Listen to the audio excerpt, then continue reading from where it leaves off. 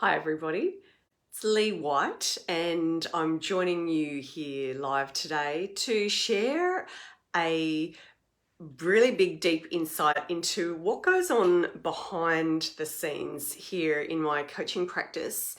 I'm going to share with you one of the biggest questions that I get asked a lot, because believe me, that's kind of one of my jobs, is to answer questions a lot of the time, because people might be going through change and have a lot of curiosity. So I'm going to be sharing with you the biggest question that I get asked most of the time, most frequently, and I'm also going to be sharing with you how to change your energy.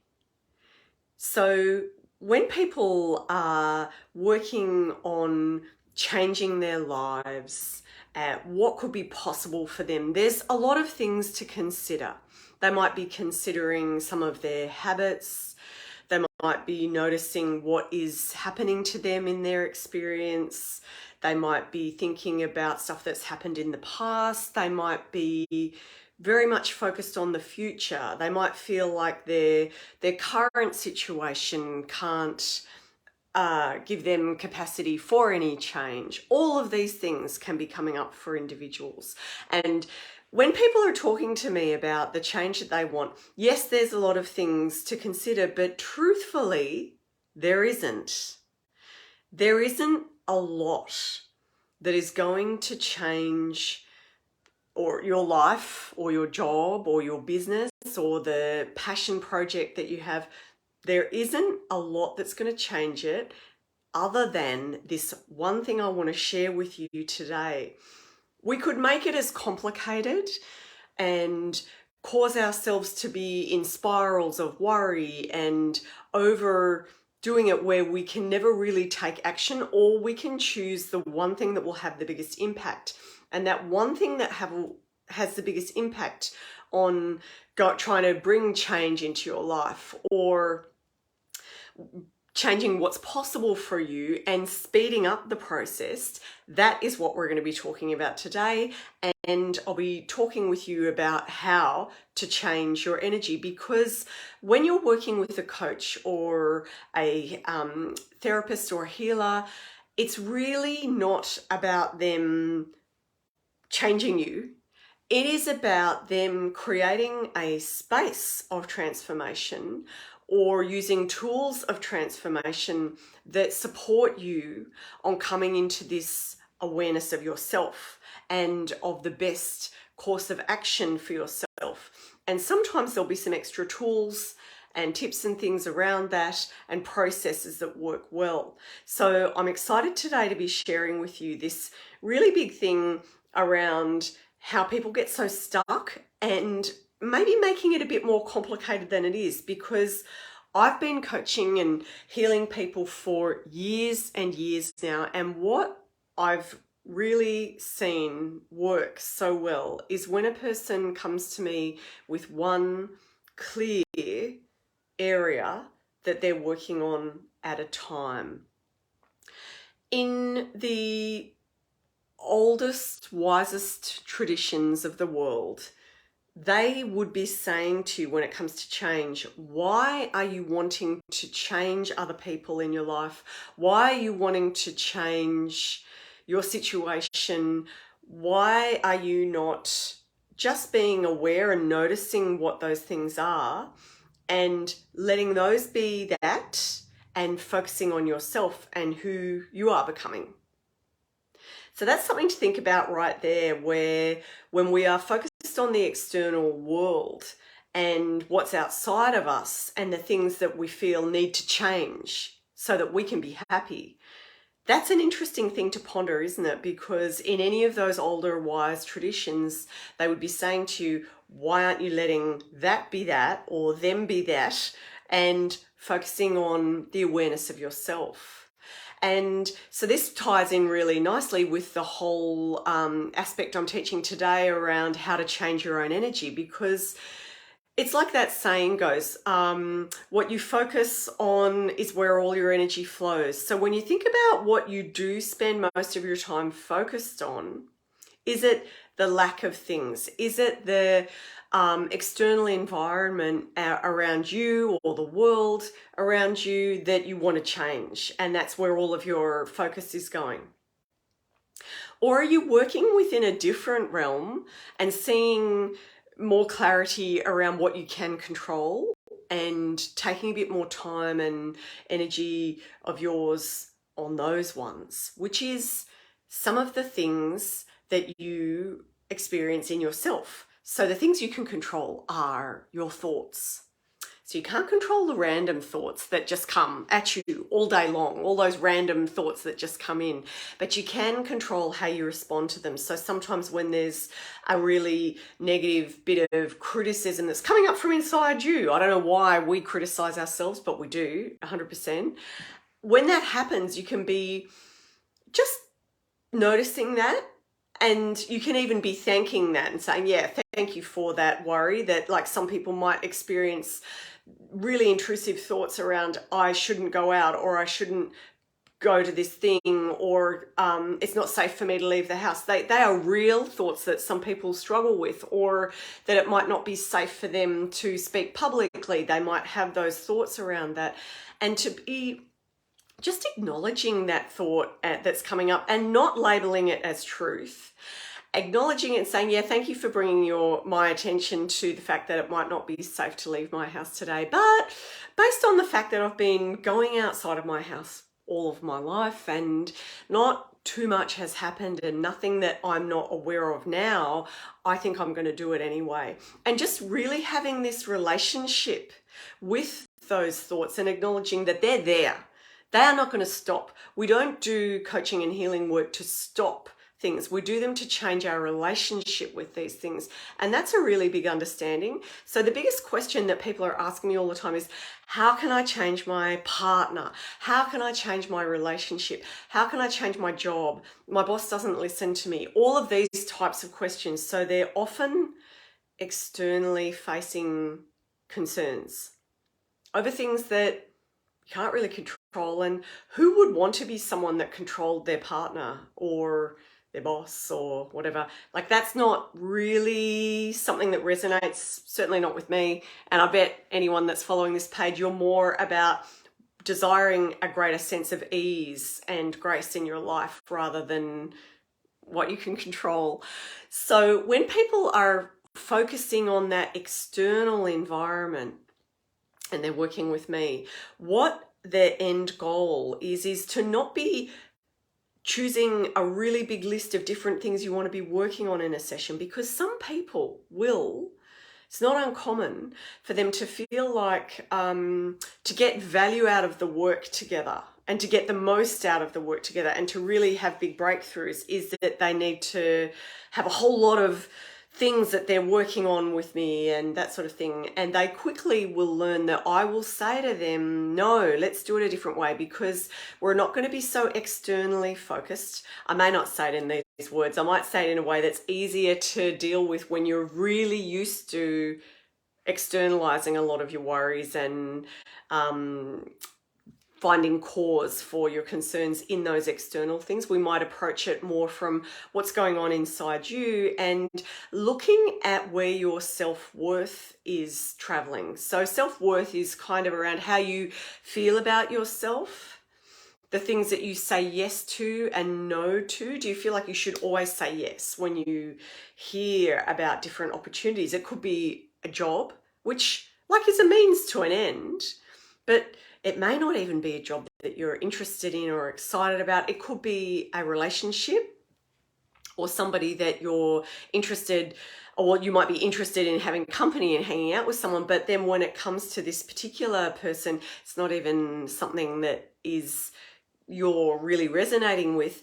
So that feeling like you should do the right thing and go along with some invitation is where there's a bit of an indication that your self-worth isn't really in the highest alignment it can be, where you value yourself and you have that relationship with yourself and self-acceptance, where you put your own happiness and safety and time for rest and self-care. You put that first before feeling obliged to say yes to things. So that's something to really think about. Let me know in the comments below if you have any questions about that whole thing around setting the boundaries and how to say yes and no while I have a sip of my tea.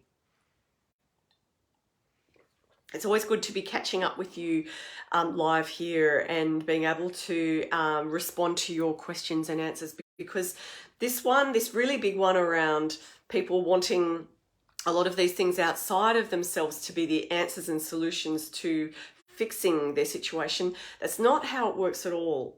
It really comes down to this simple essence of working on your relationship with yourself, your awareness of where there are things that are blocking you making progress and change in the areas you want, in the things that will make you happier. So this is where the work really is. And letting go of that desire or that habit, that learned habit to be changing your external environment rather than thinking about what you can change in your own environment. And so when we think about what can I do to change this self-worth journey, what is this stuff all about? There are 3 really simple things that you can start working on straight away, because when you change your relationship with yourself and how you value yourself and how you your levels of what you will accept and what's okay with you for how others treat you, this is really where the work is. There's 3 areas that enable you to change the kind of automatic programming that's inside you, these partly habits and partly beliefs that have been either inherited or learnt, but they're part of you. The first thing you can do is change the way that you respond to a self-talk that's going on inside of you. And when I say self-talk, it's like if you've noticed yourself, let's say you are at home and you drop something, and do you automatically be saying to yourself, you're so stupid, you do things like this all the time? Or are you, strangely, you're late for something and you're like, oh, you can't believe you're always so late? Or, if you are someone that is actually a late person, you're not going to talk to yourself like that. So it's the person that's usually on time. If you find that you're running late, do you really berate yourself? And this kind of self-talk, that's one of the things that really needs to stop and shift and change into a more realistic and kind and loving relationship with yourself, the way that you would speak to someone that you really care about, where you'd be like, much kinder to yourself when you're running late or you dropped something or things didn't go to plan, and being a lot more flexible and open in that area. Absolutely. So being aware of self-talk and noticing that it is what it is. It is something that will always be there, but you want to be doing that redirecting work so that it's a much kinder internal conversation that's more supportive, because you will feel a lot better when there's nicer conversation going on inside. Absolutely. And a very important piece of the work is the way that you talk to yourself about your body, about yourself, about the things that you do and the things that you allow into your life, and be really honoring and acknowledging yourself as very worthy. And that might be, thanking your legs for carrying you around, and being so kind to yourself that you would maybe make choices in life that are more supportive of your well-being, like around food, around sleep, around getting off devices at a reasonable hour, or keeping the time frame really short and focused and not just endless, because the internet is endless and it is designed to not have a bottom of the feed. It is constant, as you know. So being really more measured about these things that are not helpful for you. So that's really important, is looking at what can I do that is more helpful to myself, definitely, and being ready to do the work around looking at why those habits have started in the first place. And you probably need support to be looking at those things, because what's on the surface is not why the bigger, more challenging habits and behaviors are there. It's deeper work. And this is the struggle with what we might see as being true, some of the beliefs. Often they're hidden, why those are like that. And it's really important to be doing that little bit of inner excavation around what's going on and the things that are not satisfying you, what can be changed there. So another aspect of changing your self-worth, relationship with self, is around being very much in the energy of gratitude. So the way to utilize gratitude as a practice for yourself is to be thinking of it as accepting and acknowledging the good things that you already have. And why would you want to do this? The really important thing for you to understand is that the feeling of gratefulness, if you can imagine a time, remember a time when you felt so grateful. Now let's imagine it's for a beautiful, delicious piece of chocolate cake that someone has actually cooked for you or bought for you on your birthday. Part of you can't believe that, and you feel very special, and you feel very supported, and you feel like it's a nice thing to do for yourself. That energy of gratitude is very, very different to, let's say, the energy of rejection, of shock, the energy of dismay, of disappointment. And you can see, even as I'm talking about that, my voice goes down, my eyes go down, it's lower vibrational energy as soon as you start tapping in there straight away.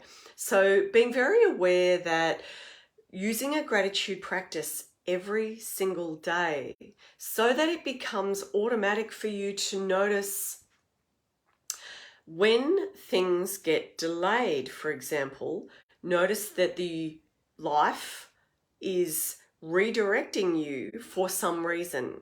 And this actually happened to me today, where I realized I was not going to be able to go to something that I thought I would be able to get done and go to. And I had no negative feeling about that. I thought, oh, well, I thought I was going to get that done today. And I let it be. And then almost straight away, a client had called and they had wanted a session at that time. And the session wasn't in the diary. I don't know what had happened technically, but basically, if I'd gone and done the thing, I wouldn't have been there when we needed to be having that session. And changing your relationship with the way that your life carries you, and understanding that life is always working out for you and directing you into where you're exactly supposed to be. This is very important. But because I do work that is trauma informed, I understand that some of the things that we experience they're not fun, and they are in our experience to show us a different level of awareness. Let me know in the comments if you would want to hear more about how that sort of thing works, where negative experiences, how is that helpful for us?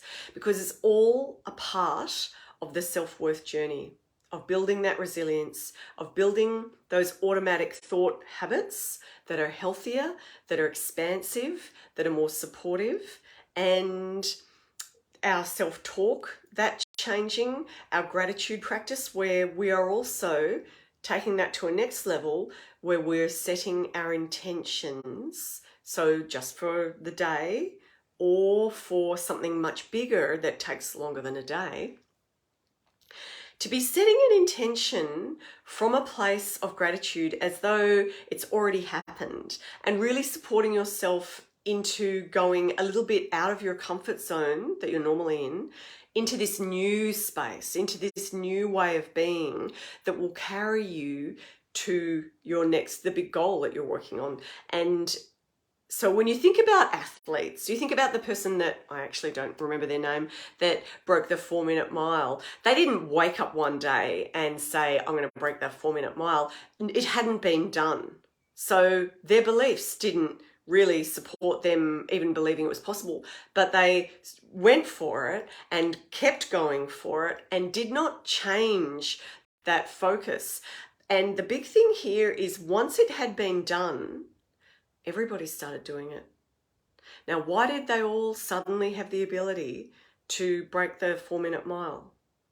It's because they believed it was possible. This is why using your gratitude practice in your direction, your future creations, your intentions, this sort of thing is absolutely key, because this is how we shift our energy. And I said I would talk to you about how to change your energy, and it's very much around doing this work. Firstly, the big one is around the self-worth. As I said at the beginning, the big question that everybody is asking me is around all of these external things that they want to change that are outside of themselves. And it is not where the focus needs to be. It's when you're changing your energy, changing what resonates with you, that is when life will be mirroring back to you a match for that. Absolutely.